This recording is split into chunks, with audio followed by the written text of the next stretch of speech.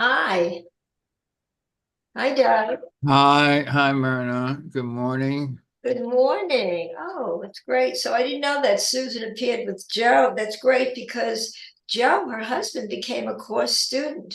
Yes, He he was, did. I was listening to them yesterday. I joined them actually. We were sharing some, yeah, and I'll tell you, it was wonderful sharing with the two of them together. It was great.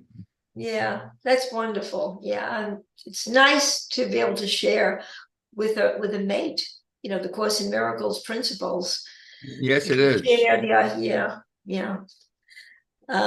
Did you have a nice weekend? It was Christmas weekend. Well, I was sharing here yesterday. I missed you. Yeah, it was Christmas Day. I wasn't around yesterday. I know. Okay. We share every Monday at 1:30 on the Mhm. justice of God, the justice of heaven. It was heavenly, okay? It was heavenly. That's all I could say. It was great. I do have a video of it. I'll send it to you. I think Lynn's sending it to everyone on the list, and I'm going to send it to everyone on Karen's list as well. That's great. Karen's now my co-teacher on this. Yeah, it was a nice holiday weekend. You celebrate once a year joy uh, in that way, gift giving, and Pat and I, my boyfriend and I, were driving around the neighborhood and looking at the magnificent homes that are lit up with Christmas lights. And it was really, one house was more beautiful than the next. That people really um, get together and, just to show their love through Christmas lights, through the jubilation of that kind of fun thing. And it's this takes a lot of work. I mean, you see how much work goes into that with the lights and the flashing and on the rooftops. And so I really enjoyed that a lot. Um, yeah. And, the Course in Miracles lessons now are coming to a close. We're up to lesson 360 already. And the last 5 days will be lesson three, uh, let's see, 361 through 361 to 365, the final lesson. Yeah. 365. I Yes. just put it up on the chat, by the way. Yes. Peace to me. Peace be to me, the Holy Son of God. Peace to my brother who is one with me. Let all the world be blessed with peace through us. And this is the time of year we really have to celebrate it because people are in that mode of thought and feeling. And so it's no surprise that the Course in Miracles now, the end of the Course in Miracles lessons refer to peace and oneness, and that's how the Course in Miracles leaves its final lesson with peace and love, and that's what the Course is all about. Also, finding peace within ourselves, right? Sharing that peace with another and together and sharing it with the world. Once we share that peace together, we share it with the world according to the Course in Miracles because, we extend it that way. So finding it with ourselves is the basis for the sharing. We have to find it in ourselves first and then we extend it and share it. And we have to constantly keep that in mind because sharing is what it's all about. We can't share it unless we start to feel it. I was talking to a friend about the Course in Miracles. Here I am talking about it and teaching its principles as I've come to learn them. And in order to teach it, you have to live it. You really do, because if you don't live it, then you're really not giving it your whole truth. So, what is it to live those principles? To remember that life can turn on a dime, and we never know what's next. So, unless we begin to realize that let things go as they come because they are going to come. It's never going to stop coming. we're never rid of it. It's always something that's going to plague us, and but it's not what happens to us at all. It's about how we react to it, how we respond. That's really what it's all about. It's how we react to whatever comes up. I had a situation this weekend, actually. I have a pool with a heater and I use it. I love it. I use the pool daily. Turns out that the pool wasn't heating as much. So I called the pool company and they said, okay, they would take a look at it. I thought maybe it needed Freon. They talked me into changing the capacitator. All right, well, okay, it was rusty. The capacitator was rusty. I found out later on that, so it was rusty, as long as it's working, so be it. But anyway, they changed it. So after they changed, he did that and left, the pool started losing heat. The system started making crackling sounds. Somebody said it looks like they used the wrong capacitator, which will destroy the compressor. And it looks like the compressor went. So now if I change the compressor, it's a $3,000 deal. So of course, how did I react?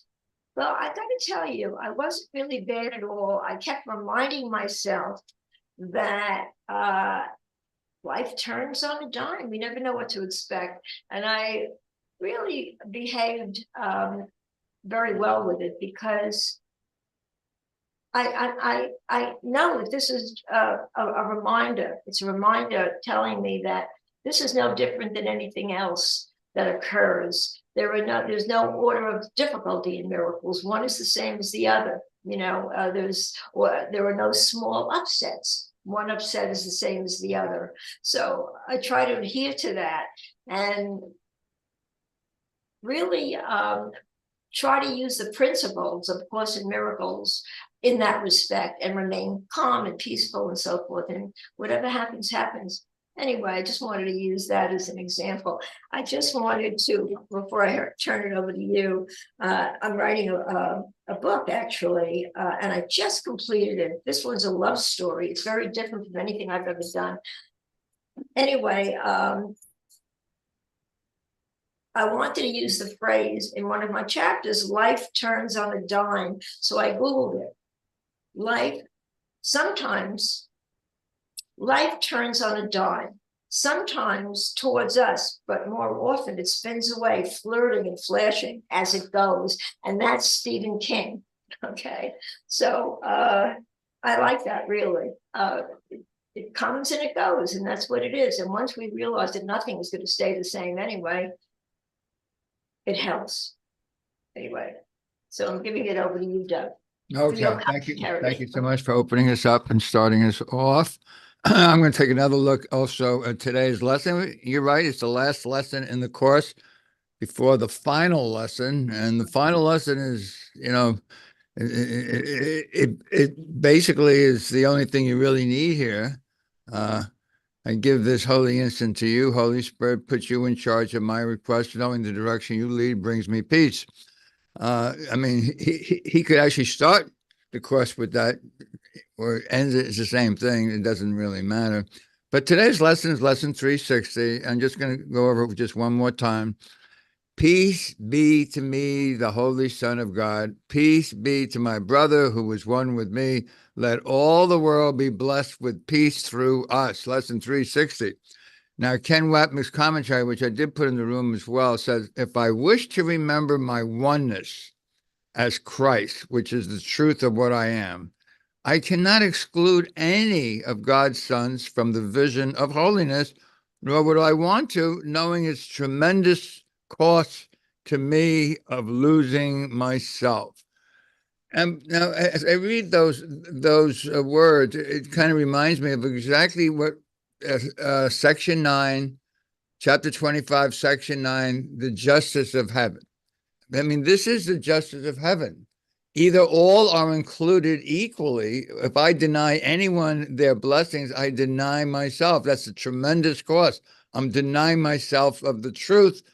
And of course, when you deny the truth, you believe in your conditioning, and this world is totally conditioned. And I kind of picked up when you said, well, things can turn on a dime. Well, actually, in heaven, things don't turn on a dime at all. Everything is timeless and eternal, and there's no changes in heaven. That which changes is always of the ego. That which is changeless is always of spirit. I mean, that's like a law of God. It's not that the fear that tomorrow is going to bring up, something that I didn't foresee, and I got to defend myself and worry a little and kind of, be careful where I go, where I walk, what I say, what I do. Oh, that's a good one. I got to be careful what I say and what I do, because you never know. You can make somebody feel that they don't like you. My God, I was watching this thing on Oppenheimer last night. Not the movie. I didn't see the movie, but I saw the documentary. That's the second time I saw it. I didn't see the whole thing, but I saw the part from the time where Oppenheimer goes from a very fragile guy to now he's the hero. I mean, he's on all the magazine covers. And he goes to visit the president of the United States, Harry Truman, in the White House. I didn't know this story. Actually, I watched it last time and I missed it. So this time I happened to catch it, and it's a good story. Oppenheimer is still feeling guilty over the fact that he developed the atomic bomb. Without him, it would not have been made, and they would not have been killing hundreds of thousands of people in Hiroshima and Nagasaki, 2 cities in 3 days. And of course, it brought the Japanese government and the Japanese army to its knees, and they surrendered, unconditional surrender. So he's made a hero, and he's kind of living on his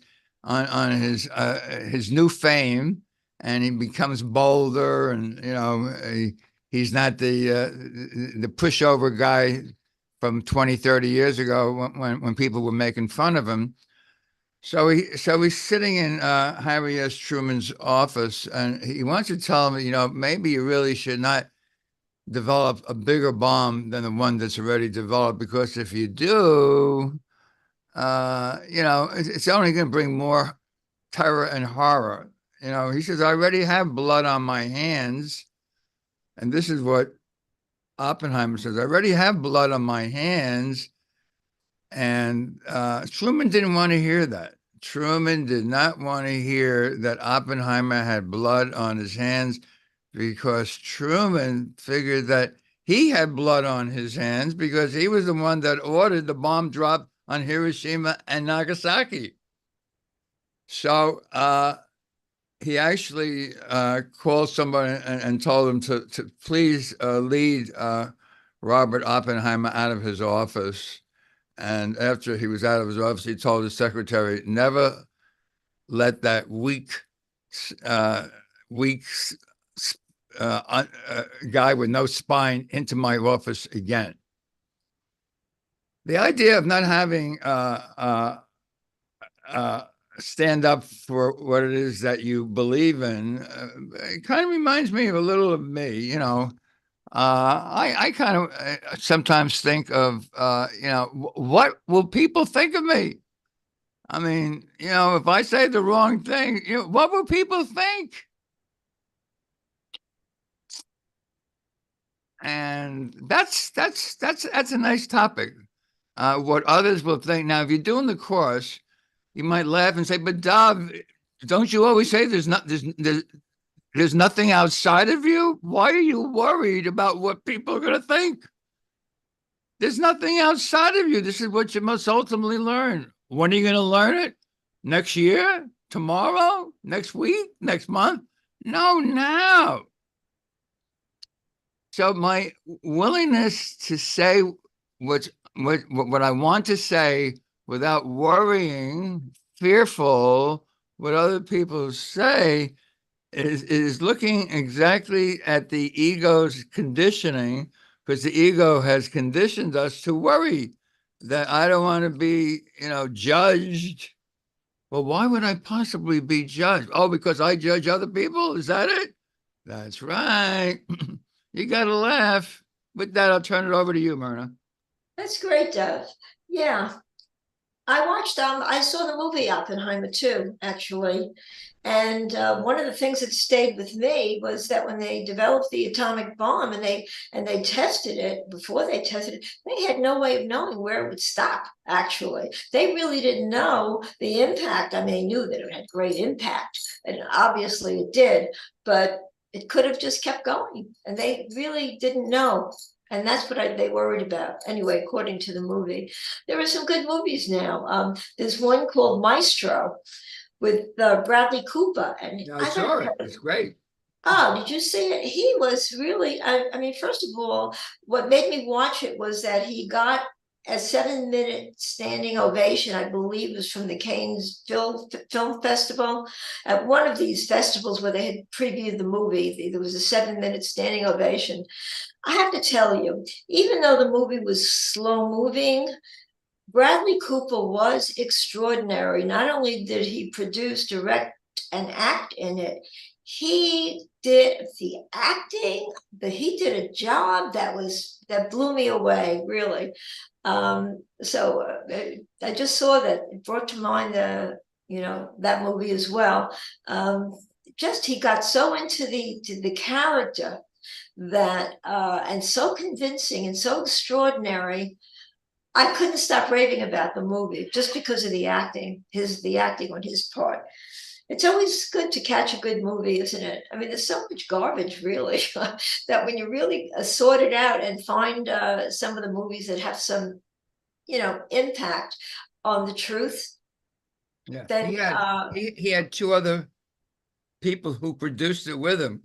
yes, The biggest names in producers, directors, Spielberg and Scorsese, that's and now right. Bradley Cooper, all together. They all right, exactly.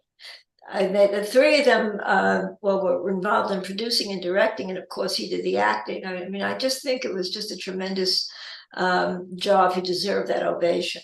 Anyway, yeah, to see It's something definitely too cute. late for the Golden Globes, but it's definitely in time for the Academy Awards.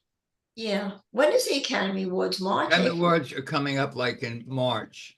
Oh, it's coming in March. The Yeah. Golden Globes are coming up this coming month in January, and the two main contenders is Oppenheimer and Barbie, which I just saw last night.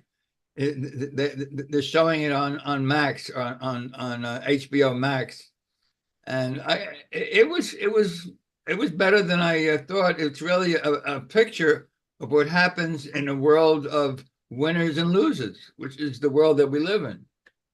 That's interesting. I can't imagine that it would be one of the contenders. I didn't see it. Oh, But okay, it's oh, about Barbie dolls. it's It's won sort more. of It's this. won more nominations at the Golden Globes than any other picture. I have to see that. I can't believe it. I just counted it. I mean, I figured it's a movie for kids. It's about Barbie No, dolls. oh no, definitely not for kids. Oh, okay. I'm gonna look for it Okay. anyway. Yeah. Well, we'll go back to lesson 360. Lesson 360. Okay, this is the time when the Course in Miracles is coming to a close with its lessons. And one of the things that I looked at that caught my eye, the final lessons where Jesus writes, "We will not end this year without the gift our Father promised his holy sons. We are forgiven now, and we are saved from all the wrath we thought belonged to God and found it was a dream. We are restored to sanity, in which we understand that anger is insane, attack is mad, and vengeance merely foolish fantasy." So, it tells us we're crazy because we all enter into those feelings of, that we are, attack is mad. When we attack, we're really insane. And it tells us that we are not going to be insane anymore. The world deems us insane and makes us do things that make no sense.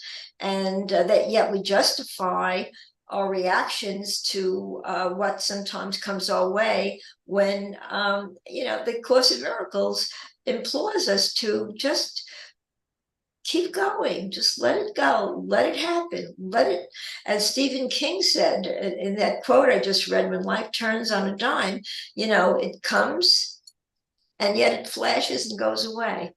And that's, there's so much truth to that. So the Course in Miracles keeps us completely indoctrinated into that truth, into that belief. And we have to constantly remind ourselves that we are in charge of our reactions. We are in charge of the individual that we see ourselves, we make ourselves to be. We are creators of who we are, and we can change at any time. We don't have to keep the same persona that we thought we always were. We can change.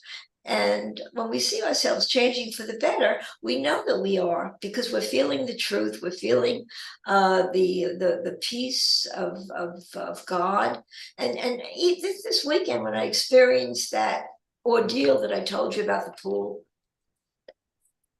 it could escalate into something that's going to cost me a lot of money because of something that this pool company did. Yet, I held myself into the wanting to feel peaceful above all else. I didn't want to be jolted into feeling unhappy, feeling angry. In fact, the pool person that attended to it, that said I needed a new capacitator, started talking to me about getting a new heater. So here, what's going on in my mind is he probably broke it just so I would need a new heater, and get it from there. This is what was going through my mind. But it's all a fantasy. It's all conjured up by the mind, and we can get carried away, or we can stop in our tracks and say, now. I find when that happens, an affirmation often does the job, often works. From my own book, I actually, today is lesson 360, but my favorite lesson in this book, Private Lessons with Jesus from A Course in Miracles, when I spent a year with Jesus asking him to explain the lessons to me, I'd like to read lesson 361 to 365, even though that's tomorrow. But we won't get to it next week because it'll have been over. So I'd like to, because it's my favorite one. The holy instant is the moment when we decide to set aside the past and bring truth into the present. It is the reversal of thought from fear to peace and from hate to love. Give God your unwavering faith, for salvation is now certain. Your struggles on this earth are no more, and the peace you are feeling elevates you to an awareness of self-love. You are seeing another world, one which feels different from the old, where you once lived on the clouds, under clouds of unrest and confusion. You are seeing a world shifting out of the old as it moves into the new.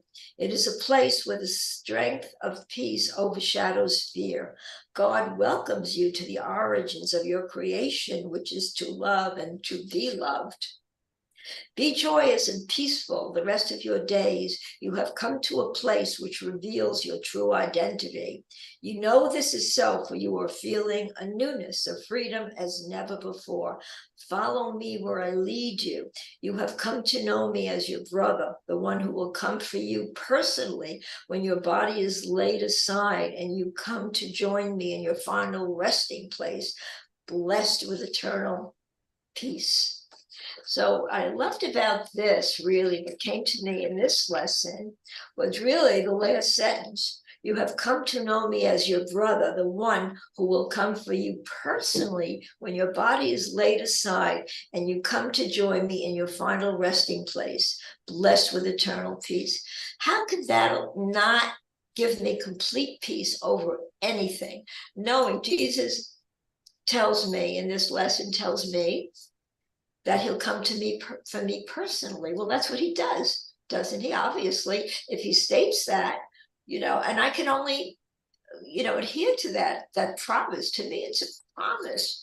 So anything that interferes, I won't let anything interfere with this acknowledgement of true love. I just loved it. I really did. And coming to know Jesus through A Course in Miracles was my greatest gift of all, because I knew Jesus not at all. And when I began to get into the Course in Miracles more and more, I'm recognizing that that He is the one who really got us into wanting to know the truth. That's what He's here for. That's what He's come for, to help us learn our purpose. And when I realized that, I began to connect with Him, allowed myself to connect with Him. And that connection he's been the greatest friend that I could possibly have, because I do feel blessed with His love, with His connection. And I would love nothing more to know that when it's time for me to go to my heavenly abode, that He will be there waiting for me. So I turn it back to you, Doug. Okay, thank you so much. And as you're sharing, I remember and realize that the final lesson, what you just shared, was my original mantra lesson for many years. For many years. In fact, I would imagine that when I say I took on lesson 25 as my mantra lesson the last 20 years, that lesson 5 took over where the final lesson was always. But I did notice one thing about me and the final lesson. I would only use it when I was in trouble. I would only use it when I needed it. In other words, the Course is very clear. Go to the Holy Spirit with everything that you have, not just with some things, the ones that you're worried about, with everything, because you really don't know what anything is for. So I noticed that whenever I was going to teach something like that, I had a group or something like that, I would always use that lesson. I always did it when I was in the shower. I always did that lesson. Only in the last 20 years or 25 years did I also realize that the italics on page 28 of the text says the exact same thing. I'm here only to be truly helpful. I'm glad to represent Him who sent me. I do not have to know what to say or what to do, for He who sent me will give me what to say and what to do. So, when people say, well, what should I say when I get to the microphone and I don't know what to teach? I said, that's the only thing that you're responsible for. The italics on page 28. The truth is, you can use the final lesson. It's the exact same thing. I give this holy instant to you, Holy Spirit, knowing I put you in charge of my request, knowing the direction that you lead brings me peace. They're both saying the exact same thing. Kind of wanted to share just a couple of other things. The idea of acceptance is the idea that I'm accepting that I really do not know what anything is for. And you hear it in that same thing that he says over and over, like, what can you not accept if you but knew that everything that seems to happen, all events, past, present, and even to come, is gently planned for you by one whose only purpose is your good.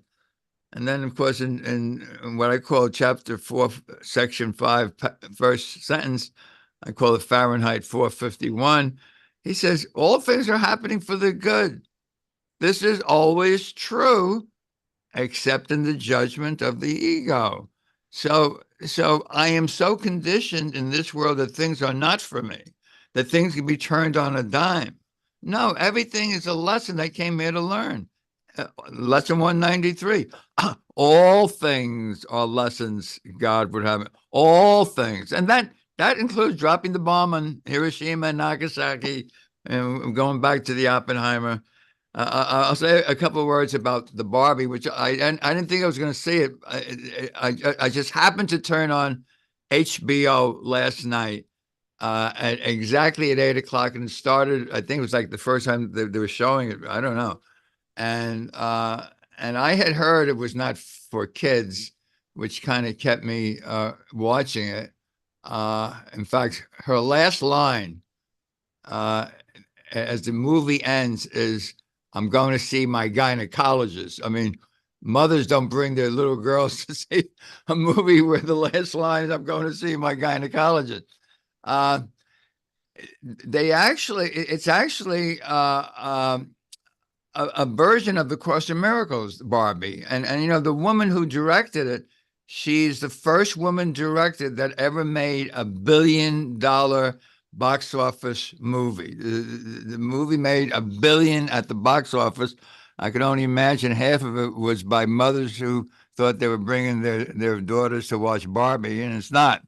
They actually talk about the ego and how the ego will will beat you up and you'll lose because of the ego.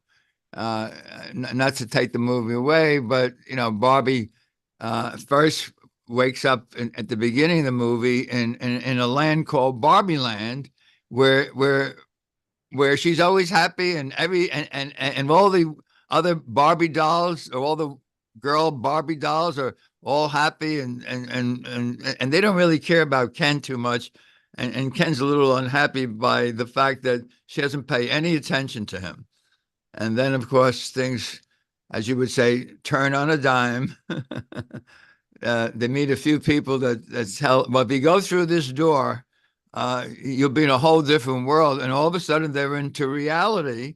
And in reality, well, it seems like men uh, are wearing the pants and run things, and women are trying to get men's affection, and and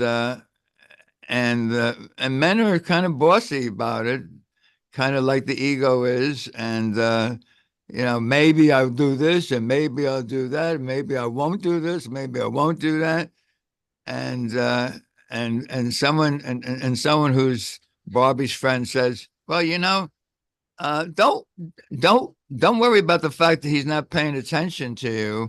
Uh, their ego's going to catch up with them, and they're going to start getting jealous of each other.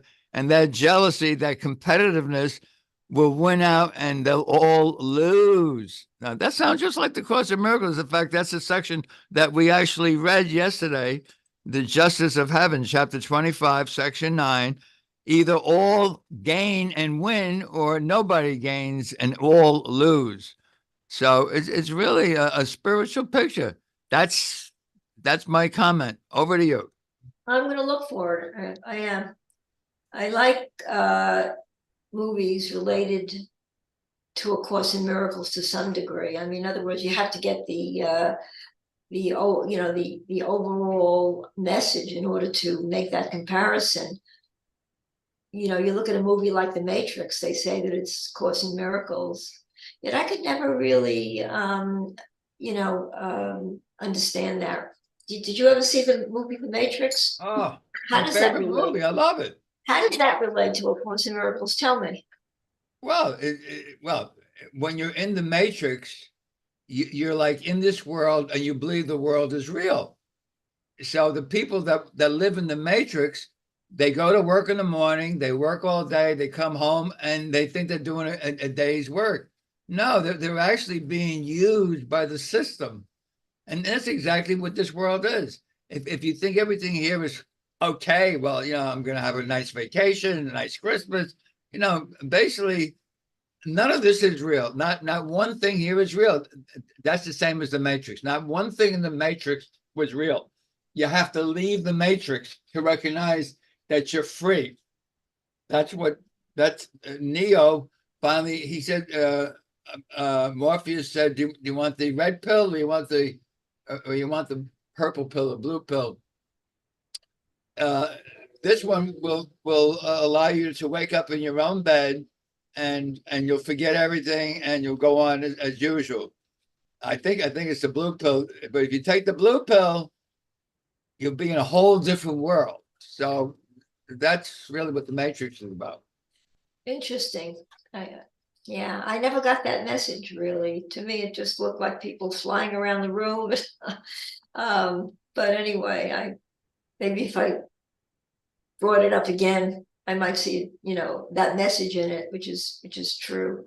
Uh, we just have to constantly practice and give it our all to really come to terms with the fact that it's all a dream, that we are connected only to spirit. That's all that matters. To keep that thought alive within ourselves and to adhere to the principles that we're being taught. And life teaches us that, it does. And we constantly fall into the pit, the pit of fear when something goes wrong. We'd be happy if everything went our way every single day of the year. We think that we'd like to stay around and experience that always. But that's not how life works. It really isn't. You learn that no matter how good you're feeling today, tomorrow, there could be a whole new picture being shown. And it's what we do with it that really matters.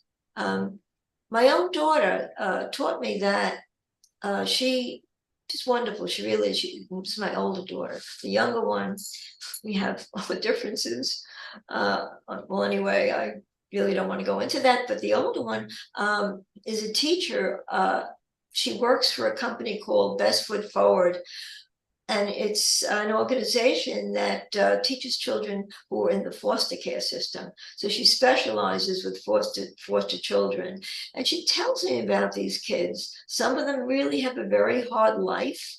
Some of them, they really are really not with their parents. And all these kids have a different scenario and a different event in their life that they have to deal with. But she said something very interesting, which really stayed with me. She says, some of these kids are really great. She says, and yes, it is tough on them, but it's not what's happened to them. It's how they deal with it that counts. That's what they have to learn. Now, she's not a student, of course, in miracles, but she's very smart. She teaches me just in her wisdom. And it's even at 4 years old, some 4-year-olds deal with it a lot better than others. They just do, because that's what she really wants to see in these kids. Because if they can deal with their differences and their difficulties, then they can get through life okay. And that's really what it is. You can get through life if you understand that things are going to happen. Things are going to change, because that's what the world is. That's what the world is. It's constantly changing. And how can we rely on something that we don't feel safe with? If we know that, feel that it's going to change, you feel like you're walking a tightrope. But in God, nothing ever changes. And the Course in Miracles assures us of that always. Yeah. That if we can just feel the peace of heaven that's given to us to feel, no matter what happens, no matter what comes our way, then it gives God more to work with. I think the Holy Spirit can step in and help us when we can just turn it over and not get in the way. We get in the way. We get in the way of God. We get in the way of the Holy Spirit when we want to do it ourselves, when we want to feel the fear. We don't think we want to feel the fear, but we're feeling it, and we don't have to give into it. That takes a lot of understanding. I think if everything went wonderful and went our way always, what would there be to learn from? I mean, we're here for a purpose. We're here to learn, to know what our salvation really means. Salvation is healing. It's the end of the world. We've reached salvation. We've reached the truth. But how would we know the truth unless we had to deal with the part of us that constantly challenges us to learn the truth. So life is a gift. I mean, this is an interesting matrix that we live in. We live in the matrix. Like you say, nothing is real. I like to sometimes talk about Rob Schwartz. He's not a Course in Miracles student, but I've taken his workshops. And, he is very, very smart. He tells us what I've done some. He does. I've gone into meditations with him, and they're really very powerful. He's written the book Your Life's Plan. Written 3 books actually: Your Life's Plan, Your Life's Love, Your Life's Gift. Those are the 3 books that he's written. I wanted to make a point about something that he said, but I really lost my train of thought. But again, it is a matter of knowing and believing in the truth of who we are. What started Rob on his awakening was becoming very disenchanted with the work that he was doing. He was in a blue-collar job, went to work every day, and one day he was walking along and got this tremendous surge of wisdom, because suddenly everybody that he saw, everybody that he came upon, he felt unconditional love for. Now, that is an awakening in itself, when you can really just see the soul and see the core of a person rather than their ego. You have to look beyond. And that's a hard thing to do, really. He was shown that just by a sudden occurrence. And that's what changed his whole life. And he got into actually, he speaks also on, he does workshops, he does them often. But when I did a workshop with him, I mean, he was getting people from all over the world tuning in. And I had an extraordinary experience with that as well. But what's the experience? To feel God, to feel the holiness within, and to remain perfectly at peace. And when we're at peace, we realize that we're sinless, and there's nothing that we have to feel guilty about.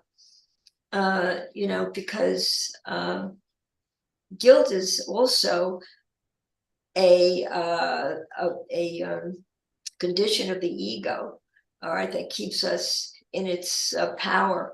Guilt is a terrible thing to live with. And again, we've all had those feelings.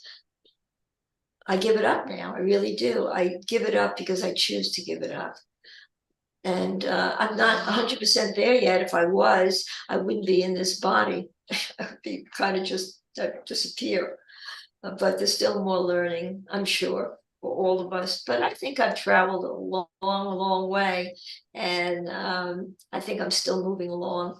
Do you, Dove? Do you feel? I mean, you do the Course in Miracles, and you are, so much a part of the teacher's aspect of the Course in Miracles. Don't you find that things come up that you still have to deal with? I'm sorry, to deal with what? To deal with the ego still. I mean, okay. So, for me, it's about watching my thoughts. I actually either make a hell out of my life or a heaven. And I just posted on the board and also in the room from lesson 352, which we only did about a week ago, I guess it was last Monday. And what does it say? It says, judgment and love are opposites. From one comes all the sorrows of the world, and from the other, the peace of God himself. And that's the title of the lesson. And you'll notice that you get into the last 10 lessons, the titles get longer. and that title says the entire course in that one title, and then he gives you the prayer from the lesson. Forgiveness looks on sinlessness alone and judges not. So when it says forgiveness, that's the same thing as the Holy Spirit. Holy Spirit doesn't see shadows, darkness, bodies, separation, looks on sinlessness, which is the light and the love and the peace of God. And says judgment and love are opposites. So if you're looking at love, there's absolutely no guilt. But in this world, and that's how we got into this world, people, well, if God didn't make this world, who did? Well, we did. And you might say, well, what do we mean? I don't remember making this world. But when you deny the love of God, and that's the only correction that has to be made. As I told you, my most recent mantra comes from chapter 1, section 6, paragraph 2, I think it is. A sense of separation from God is the only, key word is only, lack you really need to correct. So we never left God, but we think we did. And because we believe the lie that we did, and this goes back to what I was saying just a little while ago. I'm afraid if I say the wrong thing, like Oppenheimer said to Truman in Truman's office, he's going to throw me out of his office. If I think or say the wrong thing, God's going to kick me right out of heaven. I'll never have another chance to ever go home. So I better keep quiet. I better not divulge everything I think. And that's the home of the ego. The ego loves secrets. Well, I can't tell this person what I really think of them. I'll tell them how wonderful they are. You're good, you're lovely, you're beautiful, you're this, you're that. And that's like a special relationship. I'm going to make you special. Excuse me, you can't make anyone special. You're not God. God sees all the same. Now, can I see all the same? That's Holy Spirit. Holy Spirit sees all equally, the same, one. No differences. Differences do not exist in heaven. Differences do not exist in reality. Differences do exist in dreams that I'm different, I'm special, I'm better, I'm worse, I'm not good enough, I'm this, I'm not.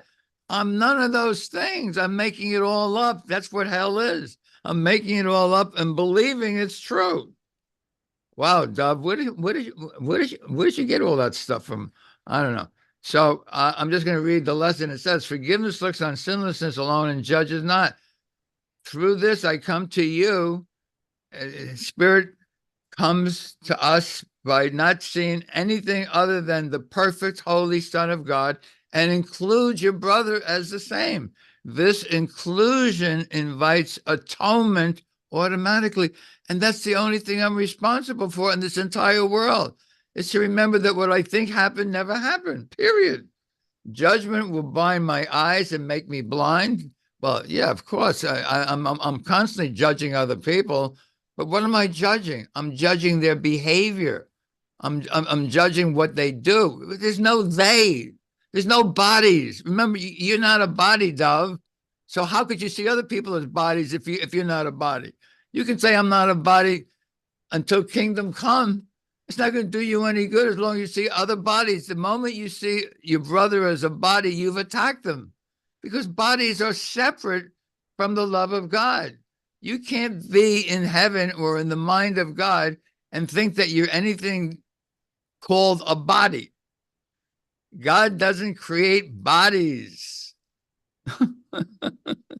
God doesn't create things that die.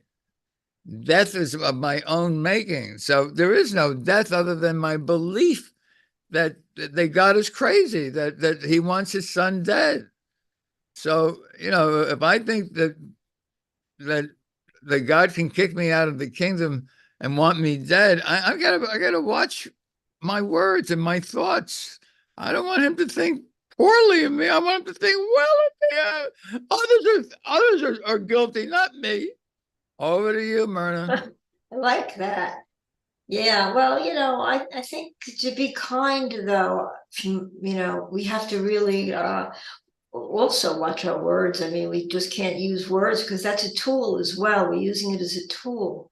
And if we use our words to hurt someone in anger, then we haven't learned anything. Wait. You really can't hurt anybody.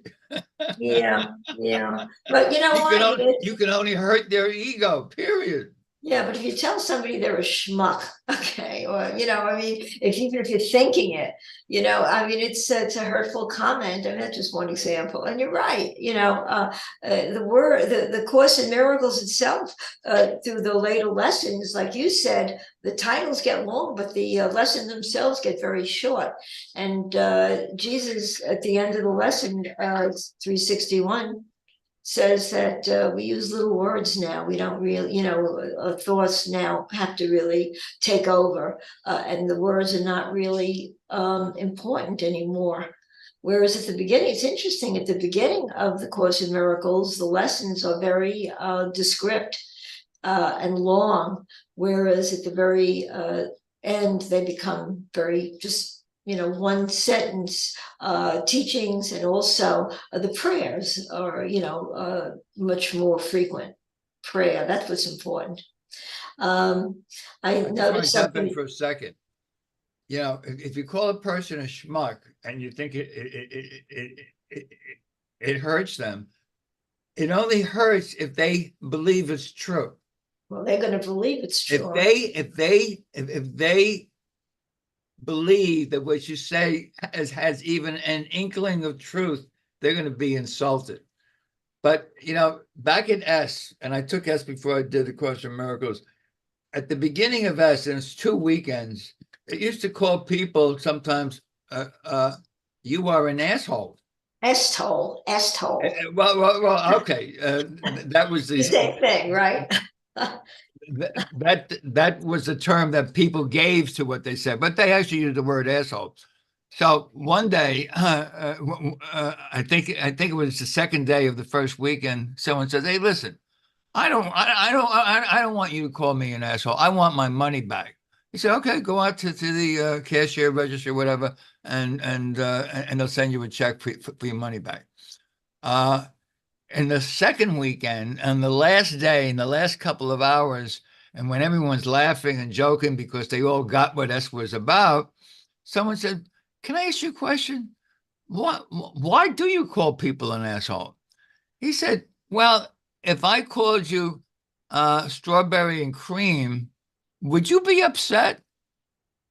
He said, "Oh, yeah, okay, I got it. No one gets upset if you call them strawberry and cream because that's nice. But you get upset if someone calls it because you believe that that's bad. You already judge that that's bad. Without my judgment, remember the lesson that we just put on the board, judgment and love are opposites. When you're coming from love, if someone calls you an asshole, what difference does that make? Over to you, Myrna. Interesting. I never did the S training. You did, but I got a lot of information about it from a friend who did. And the only reason that I kind of use the word S-hole, which is what I think that a lot of people, just like the Course in Miracles, could take a teaching like that, a training like that, and not really understand what its message is. And the message, as you say, just like the Course in Miracles, that we're not bodies, and that we can, stand up. We should stand up. You stand up for yourself.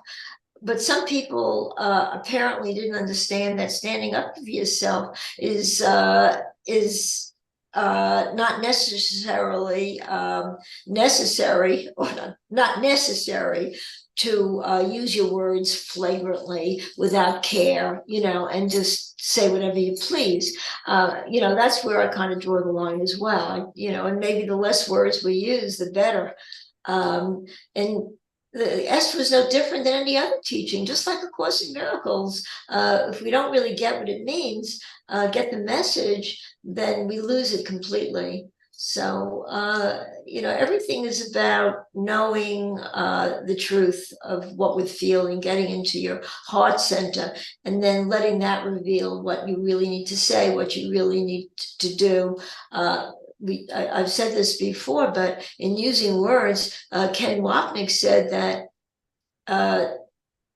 Helen Schuckman asked Jesus what she should say to a person that she was having an affliction with, and he said, you can say whatever you want as long as you say it peacefully. So that's really what I'm getting at as well. You want to just say what you have to say, as long you can say whatever you want. I guess you could call somebody that, an asshole if you say it peacefully. So you could use any words you want. I guess it's the intention behind the word that really has all its power. It's not the word itself.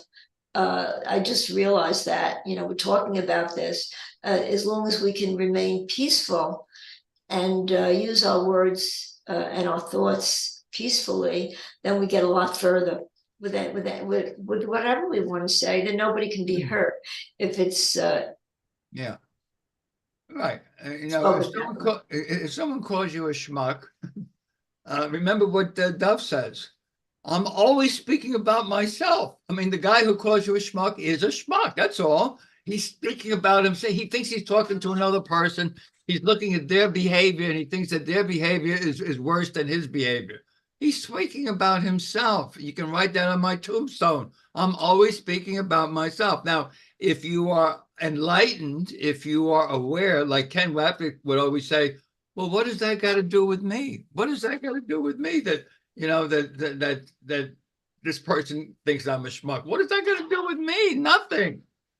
If you know who you are, if you're the Christ, if you're the Holy Son of God, you're laughing. You're not taking it personally. I am not a person. I am not a person. Only, like lesson 24, you don't know your own best personal interest. You think that your personal interest is being admired, loved, and all that. Either you're speaking your mind, saying that I am the Holy Son of God, and you accept that that's what you are, and it doesn't matter what someone else says. Talking about S, Gary Renard says the same thing, that he had taken S. He said, without S, I probably would not have understood A Course in Miracles. Because S tells you that everything really happens perfectly, exactly the way it is. That's S. Everything happens perfectly. It was well, no, he shouldn't have said that. He shouldn't have said that. That's the ego. That's the ego. You got to laugh. Over to you. Yeah, that's true. When you look at it that way, if you could embody that, then you'd never get hurt at anything anybody says. If you can really accept that, embody it completely. So, like you said before, well, sometimes you're kind of concerned if did I say the right thing? Did I do that? Well, that's the ego. Of course it is, and we all have an ego, and it's important to kind of really know when the ego is when you're at its behest, the ego, when the ego makes us feel that we're not perfect. We're not perfect. God, the Course in Miracle insists that we are perfect. So why don't we just look at that perfection and know that that's really what we are, and just come away from the ego's dictates, which is not always easy. But I did very well this weekend when I really had this big thing that would have traumatized me a few years ago, and being able to just let it see where it goes, and let the Holy Spirit take over for me. And so it's a constant learning. It's a constant we're learning because things happen to us, and if we don't learn from those experiences, then we've learned nothing. So it's a matter of learning from the experiences that we come across. And I want to leave this earth thinking that I have tried to be the best that I could be, and that I've accomplished that. And that's all we can do. Truth is, you can accept that now. You don't have to wait until you leave. You can accept that you are the perfect, holy, complete Son of God. That's the what is question that we're on right now. What am I? You can read it. I think it's on page 3. I forget it. Anyway, tonight, we're at the end of our hour. Tonight, remember, at 7 o'clock Eastern time, we have another session of finding your own inner teacher. And I don't know what the topic is. Lynn will probably tell us. And thank you so much, Myrna. It's been a wonderful hour of power as usual. Thank you. Okay. Thank you guys so much. And it's Myrna. Well, not Myrna. Myrna, you're on tonight. No, Glorian is doing Lauren is on. Okay. Very good. Joel Goldsmith. So Living the Infinite Way. So hopefully you'll join us because it's a good group. So all right. And I don't see Rev Wayne. So I'm going